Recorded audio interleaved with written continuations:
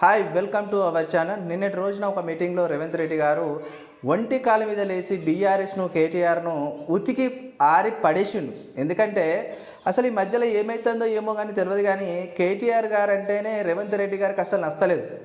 రేవంత్ రెడ్డి గారు ప్రతి స్పీచ్ల తన యొక్క పార్టీ మీటింగ్లే కావచ్చు, ప్రెస్ మీట్లే కావచ్చు, బహిరంగ సభ మీటింగ్లే కావచ్చు, బీఆర్ఎస్ల పార్టీలు ఉన్న కేసీఆర్ కంటే ఎక్కువ కేటీఆర్నే టార్గెట్ చేసి మాట్లాడతాడు. కేటీఆర్ని అయితే కేటీఆర్ పేరు తీస్తేనే మన రేవంత్ రెడ్డికి ఒళ్ళు జల్దరిచిపోయి మొత్తం కారం జల్లుకున్నట్టు మండుతుందని చెప్పేసి ప్రజలు అనుకుంటాను. ఎందుకు మరి రేవంత్ రెడ్డి గారికి కేటీఆర్ అంటే కోపం వస్తుందంటే, రేవంత్ రెడ్డి గారు మరి కేసీఆర్ తర్వాత బీఆర్ఎస్ పార్టీ యొక్క అస్సలు సిసలైన పార్టీ అధినేత, రాబోయే కాలానికి కాబోయే ముఖ్యమంత్రి కేటీఆరే. కాబట్టి కేటీఆర్ని ఇప్పటికెళ్ళే టార్గెట్ చేసుకుంటూ కేటీఆర్ని ఇప్పటికెళ్ళి టార్గెట్ చేసి కేటీఆర్ని మొత్తం ప్రజల్లో డౌన్ఫాల్ చేసేసి అతన్ని కొద్దిగా ప్రజల్లో అతనంటే ఇది అని చెప్పేసి బ్యాడ్ చేయాలని చెప్పేసి చాలా మాటలు మాట్లాడుతూ కేటీఆర్ని తనను హేళన చేసినట్టు, తనకి ఒక వ్యక్తిగత ఇంకా తనకి ఇమేజ్కి డ్యామేజ్ అయ్యేటట్టు రేవంత్ రెడ్డి గారు భారీ బహిరంగ సభలలో చాలా దారుణంగా కేటీఆర్ గారి పైన మాట్లాడుతుండు. నిన్నటి రోజున కేటీఆర్ గారిని ఏం మాట్లాడుతున్నాడంటే నిన్నటి రోజున కేటీఆర్ గారి గురించి రేవంత్ రెడ్డి ఏం మాట్లాడుతున్నాడంటే, కేటీఆర్ నీ లెక్క నేను నీ అయ్య పేరు చెప్పుకొని రాలే, నేను ఎవరి పేరు చెప్పుకొని రాలే, నేను ఎంతో కష్టపడి ఎన్నో ఆటుపోట్లు పడి నేను జెండాలు మోసి జెండాలు ఎత్తుకొని ఇది దొంగ కేసులు నా మీద బనాయిస్తే, అక్రమ కేసులు బనాయిస్తే ఆ కేసులు భరించి చెంచల్గూడ జైలు జీవితం అనుభవించి నేను ఎంతో కష్టపడేస్తే ఇక్కడ కూర్చున్న సీటు నాకు దక్కింది అని చెప్పేసి మాట్లాడిండు. రేవంత్ రెడ్డి గారు, మీరు ఎవరి జెండాలు మోసిల్లండి? మీరు తెలంగాణ ఉద్యమంలో తెలంగాణ జెండా మోసిర్రా? లేకపోయి ఉంటే మీకు సొంత ఏజెండా వాదంతోనే ఏదన్నా మీరు రాజకీయాలకు వచ్చిర్రా? మీరు అందరూ కూడా అగ్రకులస్తులు. మీరు ఎవరి జెండాలు మోస్తారు? మీరు పార్టీల జెండాలు మోస్తారు. ఏ పార్టీల జెండాలు మోసినావు నువ్వు? 2004లో పచ్చ జెండా మోసినావు, తెలుగుదేశం పార్టీ జెండా మోసినావు. తెలుగుదేశం పార్టీ జెండా పచ్చ చొక్కాల జెండా మోసినా అని చెప్పేసి నువ్వు డైరెక్ట్గా చెప్తున్నావు. నువ్వు కాంగ్రెస్ పార్టీ జెండా ఎప్పుడు మోసినావు? నువ్వు 2019 సంవత్సరంలో కాంగ్రెస్ పార్టీ జెండా మోసినావు అని అందరికీ తెలిసిన విషయమే, ప్రజలందరూ కూడా అనుకుంటాను. కానీ నీ జెండాలు మోసినా అని చెప్పకు. నీ మీద అన్యాయంగా కేసులు ఎవడు బనాయించిండు రేవంత్ రెడ్డి గారు? ఎవ్వరు బనాయించలే. ఆ స్టీఫెన్ పాల్ అనేటోడు ఎవడైతే మన తెలంగాణ రాష్ట్ర శాసనం మండలిల నామినేటెడ్ పోస్ట్ వ్యక్తి ఉన్నాడో అతను స్టీఫెన్ పాల్ అనే దగ్గరికి పోయి మరి అక్రమార్కంగా దొంగసాటున మరి నామినేటెడ్ ఎమ్మెల్సీగా ఉన్న ఇతని ఓటు దొంగిలించాలని చెప్పేసి 2 కోట్లకు బేరమాడి మీరే కదా రేవంత్ రెడ్డి గారు దొరికిపోయింది. మిమ్మల్ని ఎవరు దొరకబట్టించారు? ఎవరు చేశారు? ఎందుకు సార్ ఇలాంటి మాటలన్నీ మాట్లాడు రేవంత్ రెడ్డి అన్నగారు? ఇలాంటి మాటలు మాట్లాడకండి. మీ మర్చిపోయిన మీ చరిత్రను మీరే తవ్వి బయటికి తీసుకొని బీఆర్ఎస్ వాళ్ళకు మీరు ఒక సబ్జెక్టు కావద్దని చెప్పేదే నా వీడియో ఒక సారాంశం. ఎందుకంటే కేటీఆర్ గారి మీద మీరు ఒంటి కాలు మీద లేచి మాట్లాడతాను. నీకు దమ్ముంటే నువ్వు మొగోను అయితే ఇప్పుడు వచ్చే లోక్సభ ఎన్నికలల్లో 17లో 1 గెలిచి చూపించు, నీకు మొగతనం ఉండే అని చెప్పేసి చేతులు చూపుకుంటూ గొంతు అరుచుకుంటూ గొంతు చించుకుంటూ మాట్లాడుతున్న రేవంత్ రెడ్డి గారు, మరి మీకు దమ్ము ధైర్యం ఉందా? 17కు 17 ఎంపీ స్థానాలు గెలిచే దమ్ము ధైర్యం మీకు ఉన్నదా? మీరు ప్రెస్లో చెప్పాలి కదా. నిన్నటి రోజున ప్రెస్ మీట్లో మీరు చెప్పాలి, నీకు దమ్ము ధైర్యం ఉంటే కేటీఆర్ నువ్వు మొగోనివి అయితే 17కు 17 ఎంపీ సీట్లు కొట్టి చూపించన్నప్పుడు మరి నేను ఖచ్చితంగా 17 ఎంపీ సీట్లు కొట్టి చూపిస్తా నీ తెలంగాణ రాష్ట్ర ముఖ్యమంత్రిగా అని చెప్పేసి మాట్లాడలే కదా. ఆయన ఏమన్నాడు రేవంత్ రెడ్డి గారు? కేటీఆర్ గారు ఇంతకుముందు తన పార్టీ మీటింగ్ కార్యకర్తలతో ఒక మాట ఏమన్నాడు అంటే, కొండారెడ్డి పల్లి ప్రజలు కూడా ఊహించి ఉండరు రేవంత్ రెడ్డి గారు ముఖ్యమంత్రి అవుతారని.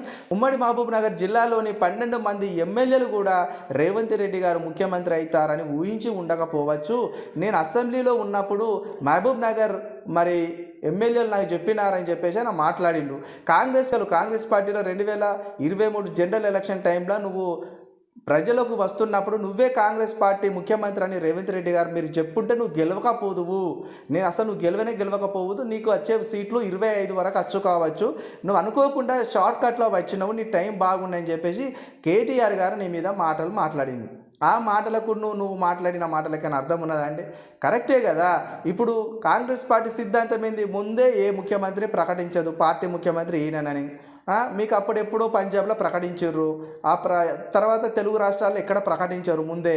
ఈ దేశంలో కూడా ప్రధానమంత్రి రాహుల్ గాంధీ అని మీరు ముందే ప్రకటించారు. ఎందుకంటే పార్టీ మీద ఏమైనా వ్యతిరేకత ప్రజల్లో ఉంటుందో ఏమో అని భయపడి మీరు ఏం చేస్తారంటే అట్లాంటి వ్యతిరేకతకు కప్పిపుచ్చేసి కొన్ని హామీలు ఇచ్చేసి మేనిఫెస్టోలో మీరు అధికారంలోకి రావాలని తహతహలాడి మీరు అధికారంలోకి వస్తారు. కానీ కేటీఆర్ గారు మాట్లాడిన మాట అయితే నిజమే. మరి నిజంగా మీరే ముఖ్యమంత్రి నాయకుడు అన్నట్టు ముందుకు రాలే. మీరు టీపీసీసీ అధ్యక్షుడిగా, మీరు కాంగ్రెస్ పార్టీ అధ్యక్షుడిగా మీరు ఎన్నికలలో ముందుకొచ్చారు. ఎన్నికల బాధ్యత మొత్తం మేము తీసుకొని నడిపించారు తప్ప మీరు ముఖ్యమంత్రి అవుతారని మీ పార్టీలోని పెద్దలు కూడా ఊహించలేదని చెప్పేసి కేటీఆర్ గారు మాట్లాడారు. మాట్లాడేదంటే దోషం లేదు, తప్పు లేదు, ఏం లేదు. కానీ మీరు ముఖ్యమంత్రి హోదాలో ఉండి మీరు 4 కోట్ల తెలంగాణ ప్రజలకు మీరు ఒక పెద్దన్నగా పెద్ద దిక్కుగా ఉండి మీరు గలీజ్గా ఇలాంటి మాటలు మాట్లాడడం, మీ పక్కనే ఉన్న మహిళలకు కూడా ఇబ్బంది కలిగే విధంగా అలాంటి మాటలు మాట్లాడి కేటీఆర్ నీకు మొగతనం ఉంటే అనే గలీజ్గా అలాంటి మాటలు మాట్లాడడం సభ్య సమాజం కొద్దిగా బెరుకుగా ఫీల్ అవుతారు. అలాంటి మాటలు మాట్లాడకండి రేవంత్ రెడ్డి గారు. మీరు ఇప్పుడు సామాన్యమైన కాంగ్రెస్ కార్యకర్త కాదు, అట్లా అని చెప్పేసి మీరు సామాన్యమైన కాంగ్రెస్ లీడర్ కాదు. మీరు ఒక రాష్ట్రానికి, తెలంగాణ రాష్ట్రానికి ముఖ్యమంత్రి. మీరు గౌరవపదమైన స్థానంలో ఉన్నారు. తెలంగాణ రాష్ట్రానికి పెద్దన్నగా ఒక ముఖ్యమంత్రి స్థానంలో, తండ్రి స్థానంలో ఉన్న మీరు, నీవుకి మొగతనం ఉంటే నువ్వు మొగడివైతే కేటీఆర్, నువ్వు తెలంగాణ రాష్ట్రంలో జరగబోయే లోక్సభ ఎన్నికల్లో 17 ఎంపీ సీట్లో ఒక్కటనే గెలిపి చూపించు నీ మొగతనం ఉంటే అనే మాటలు, ఇలాంటి మాటలు మాట్లాడకండి. ఇలాంటి మాటలు మీరు మాట్లాడితే మిమ్మల్ని చూసి మీ పార్టీలోని కింది స్థాయి అధికారులు, కింది స్థాయి క్యాడర్ వాళ్ళు, కింది స్థాయి కార్యకర్తలు, కింది స్థాయి ఎమ్మెల్యేలు, మంత్రులు కూడా మాట్లాడతారు. ఇలా మన తెలంగాణ రాష్ట్రంలో ఇదివరకే రాజకీయం అంతా గందరగోళంగా దుర్భాషతో నిండిపోయినది. దుర్భాషతోని, వల్గర్ లాంగ్వేజ్తోని, బూతు మాటలతోని తెలంగాణ రాష్ట్రంలోని రాజకీయం అంతా నిండిపోయింది. ఎవరిని చూడు, ఎవరిని మెసిలి, ఏ ఎమ్మెల్యేని మెసిలి, ఏ మంత్రి మెసిలి లా బా లా కో ఇలాంటి మాటలే మాట్లాడతాను. గలీజ్గా అమ్మ నా బూతులు తిట్టుకుంటా తెలంగాణ రాష్ట్రంలో రాజకీయం అంటే బూతుల రాజకీయమే అయిపోయింది. మీరు ఒక పెద్ద ముఖ్యమంత్రి స్థాయిలో ఉండి మీరే బూతు రాజకీయాలు మొదలు పెడితే ఇక అందరూ కూడా బూతులే నేర్చుకుంటారు. తెలంగాణ సమాజంలో ఉన్న ప్రతి కాంగ్రెస్ కార్యకర్తల కాజ మొదలు పెట్టుకుంటే బీఆర్ఎస్ కార్యకర్తలైనా, బీజేపీ కార్యకర్తలైనా ఎవరైనా బూతు పురాణాన్ని చదువుతారు, బూతు పురాణమే మాట్లాడతారు. అలా మాట్లాడకుండా మీరు మా అందరికి కూడా ఆదర్శవంతంగా ఉండి అందరికీ, సభ్య సమాజానికి, సకల జనులకు అందరికి కూడా శ్రేయస్కరమైన మంచి మాటలు మాట్లాడండి. మంచి భాష, రాజకీయ భాష, మంచి భాషతో మాట్లాడండి. ఇప్పుడు మీరు అలా మాట్లాడారు. ఈ రోజున మళ్ళీ బీఆర్ఎస్ వాళ్ళు ప్రెస్ మీట్ పెట్టారు. కడియం సిఆర్ గారు మాట్లాడతారు. ఏం మాట్లాడతారు ఒకసారి చూడండి. కడియం సిఆర్ గారు ఎంత ఉందాగా మాట్లాడతారు. ఆయన రాజకీయ అనుభవం, ఆయనకు నేర్పిన పాఠం, ఆయన నేర్చుకున్న మంచి క్రమశిక్షణ ఎంత మంచిగా మాట్లాడతాను. ఒక్కసారి కడియం సిఆర్ గారి మాటలు వినండి. మీరు అంతా ఎంత మంచిగా మాట్లాడతాను చూడండి. మగాడవైతే ఒక్క సీటు గెలుచుకో అంటున్నావు రేవంత్ రెడ్డి గారు. మల్కాజ్గిరి పార్లమెంట్ నుంచి మీరు ఎంపీగా ఉన్నారు నిన్నటి వరకు. మరి ఆ మల్కాజ్గిరి పార్లమెంటులో కాంగ్రెస్ పార్టీ ఒక్క అసెంబ్లీ సీట్ అయినా గెలిచిందా? మరి నువ్వు అంత మగాడివైతే 7 అసెంబ్లీ సెగ్మెంట్లలో ఒక్క అసెంబ్లీ సీటు నువ్వు ఎందుకు గెలుచుకోలేకపోయినావు?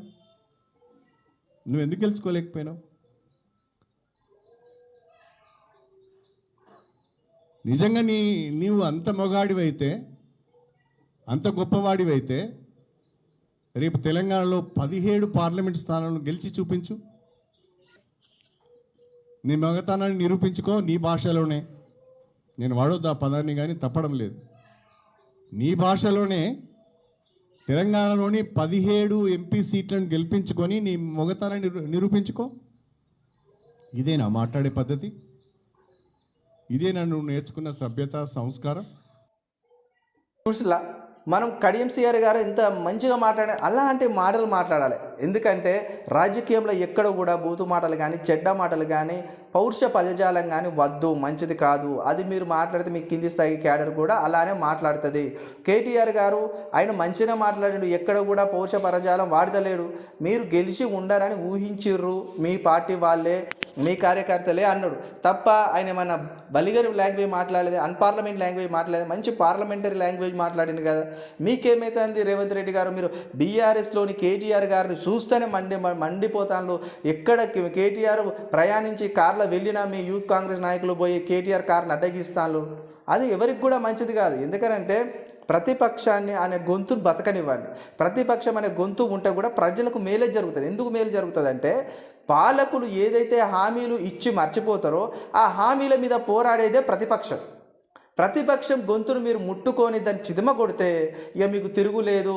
కేవలం కేసీఆర్ లెక్కనే నేను కూడా తిరుగులేని నాయకుడు అవుతా, నేను కూడా నీ అంతా పోకడల పోతా, నేను కూడా దొర పోకడల పోతా, నేను మాట్లాడిందే మాట అవుతుంది, నేను పాడిందే పాట అవుతుంది, తెలంగాణ సమాజం ఏం చేసినా చూస్తా ఊరుకుంటుందని మీరు అనుకుంటే రేవంత్ రెడ్డి గారు ప్రాబ్లం అవుతుంది రేవంత్ రెడ్డి గారు మీకు. ఎందుకనంటే 9 సంవత్సరాలుగా కేసీఆర్ అలానే చేసి కేసీఆర్ నాలుగుపడ్డాడు. కేసీఆర్ చూసి మీరు రాజకీయం చేస్తున్న వారు గుణపాఠాలు నేర్చుకోవాలి. కేసీఆర్ చేసిన తప్పులు మీరు చేయకుండా, కేసీఆర్ చేసిన పిచ్చి పనులు మీరు చేయకుండా, ఎవరి గొంతు నిలపకుండా, ఎవరి వాయిస్ ముయ్యకుండా, ప్రతి ఒక్కరికి మాట్లాడే స్వేచ్ఛ ఇచ్చి ప్రతి ఒక్కరు మాట్లాడిన మాటల్లోని విషయాలను కూడా మీకు అవసరమైతే తీసుకొని వాటిని వాడుకొని ఇంప్లిమెంటేషన్ మీ ప్రభుత్వ పాలనలో చేయాలి. అంతే తప్ప ఇటు ప్రతిపక్షాన్ని అంచడం, మాట్లాడుతున్న జర్నలిస్టుల గొంతులు మోయడం, ఇవి ఎంత మంచి ఎవరికి శ్రేయస్కారం? ఇలాంటి ఎవరికి కూడా శ్రేయస్కారం కాదు ఇలాంటి పనులు. మీరు ఏమంటాను రేవంత్ రెడ్డి గారు, కేటీఆర్ గారు ఒక యూట్యూబ్ పెట్టుకున్నావు కదా, యూట్యూబ్ పెట్టుకొని మాట్లాడుతున్నావు కదా అని కేటీఆర్ గారు మీద రేవంత్ రెడ్డి గారు నిన్న ఫైర్ అయ్యాను. కేటీఆర్ యూట్యూబ్ పెట్టిండు? కేటీఆర్ యూట్యూబ్ పెట్టలే.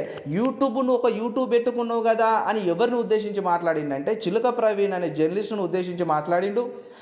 అదే జర్నలిస్టు శంకర్ను ఉద్దేశించి మాట్లాడిండు. ఆకుల శ్రీనివాస్ రెడ్డిని మరి ఉద్దేశించి మాట్లాడిండు. ఎక్స్రే టీవీ విజయను దృష్టిలో పెట్టుకొని మాట్లాడిండు రేవంత్ రెడ్డి. నువ్వు ఒక యూట్యూబ్ ఛానల్ పెట్టినావు కదా, మాకు ఏ యూట్యూబులు లేవు, ఏ ట్యూబులు లేవు, నీ ట్యూబ్ బలగొడతామని చెప్పేసి రేవంత్ రెడ్డి గారు పౌరుష పదజాలంతో కేటీఆర్ గారి మీద పడి అరిచిండు. అది ఎవ్వరికి కూడా కరెక్ట్గా అనిపించలే. అక్కడ ఉన్న వాళ్ళు కూడా డైజెస్ట్ చేసుకోలేకపోయారు. ఒక ముఖ్యమంత్రి స్థాయిలో ఉన్న వ్యక్తి పదే ఒక ప్రతిపక్ష నాయకుని కొడుకును ఈ విధంగా టార్గెట్ చేసి మాట్లాడడం ఎంతవరకు సబాబు, ఎంతవరకు కరెక్ట్ అని చెప్పేసి ప్రతి ఒక్కరు అనుకోరు. మీకే దమ్ము ధైర్యం ఉంటే రేవంత్ రెడ్డి గారు మీరు ఇచ్చిన హామీలన్నీ నెరవేర్చండి. ఏది 2 లక్షల ఉద్యోగాలన్నీ కూడా కంప్లీట్గా ఇవ్వండి. డిఎస్సిలో 22,000 పోస్టులతో ఉద్యోగాలు ఇవ్వండి. అదేవిధంగా ఆగిపోయిన గ్రూప్ 2, గ్రూప్ 3 ఉద్యోగాల పరీక్ష డేటు ప్రకటించండి. ఈ యొక్క general election, Lok Sabha election code రాకముందే అదేవిధంగా హాస్టల్ వెల్ఫేర్ ఎగ్జామ్ డేట్ కూడా ప్రకటించండి. ఇవి చేసిన తర్వాత మీరు ఏదైతే కాంగ్రెస్ గ్యారంటీల కింద మాట్లాడిందో ఇవి చేసిన తర్వాత ఏదైతే మీరు కాంగ్రెస్ పార్టీ మేనిఫెస్టోలో మాట్లాడినారో, ఏదైతే కాంగ్రెస్ మేనిఫెస్టోలో పొందుపరిచినారో 6 హామీ గ్యారంటీలపైన, ఈ 6 గ్యారంటీలపైన మీరు ఖచ్చితంగా ప్రతిరోజు రివ్యూ నిర్వహించి ఎన్ని నెరవేర్చేటివి ఉన్నాయి, ఎన్ని చేసేటివి ఉన్నాయని ప్రతిరోజు ఒక లెక్కలో కూర్చొని మాట్లాడుకోండి. మీరు ఉచిత విద్యుత్ ఇచ్చారు, 200 యూనిట్లు అంటాను, గ్యాస్ సబ్సిడీ సిలిండర్ అంటాను. తెలంగాణ రాష్ట్రంలో గ్యాస్ సిలిండర్ 500 రూపాయలకి ఇస్తాం సబ్సిడీ పైన అన్నారు. తెలంగాణ రాష్ట్రంలో 1,25,00,000 గ్యాస్ కనెక్షన్స్ ఉన్నాయి. మళ్ళొకసారి వినండి, నా ఛానల్ చూస్తున్న మిత్రులారా, మీరు నిజాలు తెలుసుకోండి. ఏది పడితే అది నమ్మకండి. మన తెలంగాణ రాష్ట్రంలో గ్యాస్ కనెక్షన్ గృహ వినియోగదారులు 1,25,00,000 మంది ఉన్నారు. 1,25,00,000 మంది ఉంటే మన తెలంగాణ రాష్ట్రంలో వైట్ రేషన్ కార్డులు 90 లక్షల మందికి ఉన్నాయి. వైట్ రేషన్ కార్డులు 90 లక్షల మందికి ఉంటే గృహ వినియోగదారులు గ్యాస్ వాళ్ళు 1,25,00,000 మంది ఉన్నారు. 1,25,00,000 మంది వీళ్ళుంటే తెల్ల రేషన్ కార్డు వాళ్ళు 90 లక్షల మంది ఉన్నారు. వీళ్ళు ప్రజా దరఖాస్తు పాలన పెడితే 40 లక్షల అప్లికేషన్స్ వచ్చినాయి.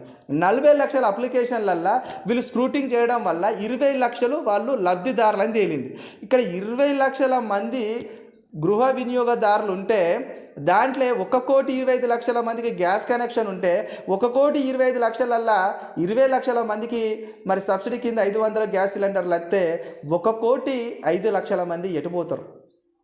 1,05,00,000 గ్యాస్ కనెక్షన్ ఉన్నవారు ఎటుపోతారు? ఇక మీరే నిర్ణయించుకోండి. మరి ఇలాంటి తోకలు మూకలు పెట్టి కండిషన్ సప్లై అనేవి అన్నీ పెడితే మరి మీరు ఎట్లా దీన్ని హర్షిస్తారు? ఇప్పుడు యూట్యూబ్లలో మేము మాట్లాడుతుంటే కింద వచ్చి కేటీఆర్ కాలం మంచిగా ఉన్నదా, కేసీఆర్ గారు వాళ్ళ కాలంలో మంచిగా పరిపాలన చేసిర్రా, మీరు ఎట్లా మాట్లాడతారా మీరు కామెంట్ పెడతారు. మరి వీళ్ళు ఇచ్చే సంక్షేమ పథకాలల్లో అన్నీ కూడా మూతి లేదు, ముక్కు లేదు, ఏడో చూసినా కండిషన్ సప్లై పెడతాను, అంత ఫిల్టరింగ్ జరిగిపోతుంది. పేదవాడు అసలు సిసలైన పేదవాడికి సంక్షేమ పథకాలు అందుతలేవు. దీని గురించి మీకు మాట్లాడితే లోతైన విశ్లేషణ తెలియక మీరు కేవలం మీ పార్టీ మీద ఉన్న అభిమానంతో కాంగ్రెస్ వాళ్ళు వచ్చి తీర్మానం మళ్ళీ కానీ బ్యాచ్ వచ్చి మా వీడియోల కింద కామెంట్ చేస్తారు. మీరు నిజాలు తెలుసుకోండి. 1,25,00,000 గ్యాస్ కనెక్షన్స్ ఉంటే ఇక్కడ ప్రజా దరఖాస్తు పరిపాలనలో దరఖాస్తుల 40 లక్షల అప్లికేషన్లు వస్తే దాంట్లో స్క్రూటింగ్ చేయడం వలన 20 లక్షల మంది లబ్ధిదారులను తేలితే 20 లక్షల మందికి ఇస్తే 1,25,00,000 కనెక్షన్లల్లో 1,05,00,000 మంది గ్యాస్ వినియోగదారుల పరిస్థితి ఏంది, వాళ్ళ భౌతవ్యం ఏంది? అందుకే నేను ఏమంటానంటే తెల్ల రేషన్ కార్డును ప్రామాణికంగా తీసుకోవద్దు, ఆధార్ కార్డునే ప్రామాణికంగా సంక్షేమ పథకాలకు వర్తింపజేయండి అని చెప్పేసి నేను అంటున్నా. డైరెక్ట్ బెనిఫిట్స్ ట్రాన్స్ఫర్ ప్రకారం అంటే డిపిఎక్స్ బెనిఫిట్ ట్రాన్స్ఫర్ ప్రకారము మనకి ఏదైతే లబ్ధిదారులకు డబ్బులు వేస్తాము వాళ్ళ అకౌంట్లో, మీరు ముందైతే మొత్తం 1200 గ్యాస్ అయితే 1200 రూపాయలు చెల్లించండి. మీరు చెల్లించినాక 500 రూపాయలు గవర్నమెంట్ సబ్సిడీ కట్టించి మీరు ఏదైతే అదనంగా కట్టిరో అది మీ అకౌంట్లోకి పంపిస్తాము, అది మేము ట్రాన్స్ఫర్ చేస్తామంటారు. అదైతే కరెక్ట్ కానే కాదు, దాన్ని మొత్తం తీసేయాలి. తెలంగాణ రాష్ట్రంలో ఉన్న 1,25,00,000 గ్యాస్ కనెక్షన్లల్లో మ్యాక్సిమం 50 లక్షల గ్యాస్ కనెక్షన్ వారికి వారి అకౌంట్లో యాక్టివేషన్ లేవు, ఇన్యాక్టివేషన్ అయి ఉన్నాయి. ఎందుకంటే 2013 సంవత్సరం వరకు సోనియా గాంధీ కాంగ్రెస్ ప్రభుత్వం ఉన్నప్పుడు ఇలాంటివే పెట్టిర్రు, గ్యాస్ సబ్సిడీ ఇలాంటివే పెట్టి డైరెక్ట్ బెనిఫిట్ ట్రాన్స్ఫర్ స్కీమ్ కింద అప్పుడు గ్యాసుకి ఏదైతే సబ్సిడీ ఇస్తుందో ఆ సబ్సిడీ పోగా అసలైన పైసలు వినియోగదారుడి అకౌంట్లో వేసేది. ఆ వేసిన క్రమంలో 10 సంవత్సరాలలో సబ్సిడీ మొత్తము తెలంగాణ రాష్ట్రంలోని కేసీఆర్ ప్రభుత్వము, నరేంద్ర మోడీ రెండు ప్రభుత్వాలు ఎత్తివేయడం వలన ఇప్పుడు గృహ వినియోగదారులు డైరెక్ట్ ఎంత అవసరం ఉంటుందో అన్ని డబ్బులు పెట్టి గ్యాస్ కొనుక్కుంటారు. కానీ వాళ్ళ అకౌంటులో ఉన్న డబ్బులు మెయింటైన్ చేస్తున్నారు, కనీస నిర్వహణ డబ్బులు మెయింటైన్ చేయకపోవడం వల్ల చాలామంది అకౌంటులో జీరో బ్యాలెన్స్ ఉండడం వల్ల మీరు ఈ పథకం ఇలా వాడడం వల్ల వాళ్ళ అకౌంట్లో మీరు వేసే డబ్బులు దాంట్లోనే కట్ అయిపోతాయి, అకౌంట్లో వాళ్ళ చేతికి రావు, అది బ్యాంకు వాళ్ళకే లాభము, దాన్ని నిర్వహిస్తున్న ఏజెన్సీలకే లాభం అని చెప్పేసి నేను మాట్లాడుతున్నా. మీరు ఆధార్ కార్డు నమూనా తీసుకొని ముందే గ్యాస్కు 500 రూపాయలు తీసుకోండి తప్ప మీరు ముందు కట్టండి, తర్వాత మేము మిగిలిన డబ్బులు రిఫండ్ చేస్తామని మాట్లాడడం తప్పు, అలాంటివి చెయ్యకండి. ఇంకొకటి, రేవంత్ రెడ్డి గారు మీరు మహాలక్ష్మి స్కీమ్ కింద మీరు మహిళలకు ఉచిత బస్సు ప్రయాణం ఇచ్చిర్రు, అదేవిధంగా గ్యాస్ సిలిండర్ 500కి ఇస్తామంటుండ్రు, గృహజ్యోతి కింద 200 యూనిట్లు ఇస్తామంటుర్రు. మనకు తెలంగాణ రాష్ట్రంలో మీటర్ రీడింగ్లో ఉన్న వాళ్ళే ఎంతమంది ఉన్నారంటే తెలంగాణ రాష్ట్రంలో 1,10,00,000 మంది ఉన్నారంటాళ్ళు. కొంతమంది అంటాళ్ళు 85 లక్షల గృహాలు ఉన్నాయి, 85 లక్షల గృహాలకు కూడా సరిగా కొన్ని గృహాలకు కరెంటు సప్లై లేదు, కరెంటు మీటర్లు లేవని చెప్పేసి అంటారు. మరి మీరు దీనికి కూడా వైట్ రేషన్ కార్డు వాడితే 200 యూనిట్లకు వైట్ రేషన్ కార్డు వాడితే ఎంతమంది గృహదారులకు వైట్ రేషన్ కార్డు లేదు ఒక లెక్కలు తీయండి. ఎందుకంటే 2013 సంవత్సరం నుండి ఇప్పటి వరకు 10 సంవత్సరాలల్లో కేసీఆర్ ప్రభుత్వం వైట్ రేషన్ కార్డు కొత్త ఇవ్వలేదు. ఎంతోమంది పెళ్లిళ్ళు చేసుకొని వాళ్ళందరూ కూడా సపరేట్ ఫ్యామిలీలు అయిపోయి ఇండిపెండెంట్గా కొత్త ఫ్యామిలీలు ఏర్పడి బ్రతకేటోళ్ళు తెలంగాణ ఈ కనీసం ఒక 15 లక్షలు 20 లక్షలని వెళ్తారని అభిప్రాయం చాలామంది వెలుబుస్తారు. మరి 25 లక్షల మందికి తెల్ల రేషన్ కార్డు ఉండదు, వాళ్ళు ఖచ్చితంగా గృహం కట్టుకొని ఉంటారు, వాళ్ళకు మీటర్ ఉంటుంది కానీ తెల్ల రేషన్ కార్డు ఉంటుంది. మరి వాళ్ళకి ఎట్లా 200 యూనిట్లు మీరు అందిస్తారు పథకం ద్వారా అనేది మీరు తెలియజేయాలి. దానికోసం మీరు ఆధార్ కార్డునే ప్రామాణికంగా తీసుకోండి, ఆధార్ కార్డు ప్రామాణికంగా తీసుకొని మీటర్ ఎవరి పేరు మీద ఉన్నా కానీ ఆధార్ కార్డు ఉంటే చాలు, మీరు వాళ్ళకు ఖచ్చితంగా 200 యూనిట్ల ఫ్రీ సబ్సిడీ కరెంటును మీరు అందించాలనేది మన ఛానల్ తరపున ప్రజలు కోరుతున్న మనవి. ఇంకొకటి ఏంటంటే తెలంగాణ రాష్ట్రంలో మహాలక్ష్మి పథకంలో ప్రతి మహిళకు 2,500 రూపాయలు ఇస్తామన్నారు. ప్రతి మహిళకు 2,500 రూపాయలు ఇస్తామని చెప్పి ఇంతవరకు ప్రభుత్వం ఆ స్కీమ్ పైన మాట కానీ ఏమి కానీ మాట్లాడతారు. ఎందుకు?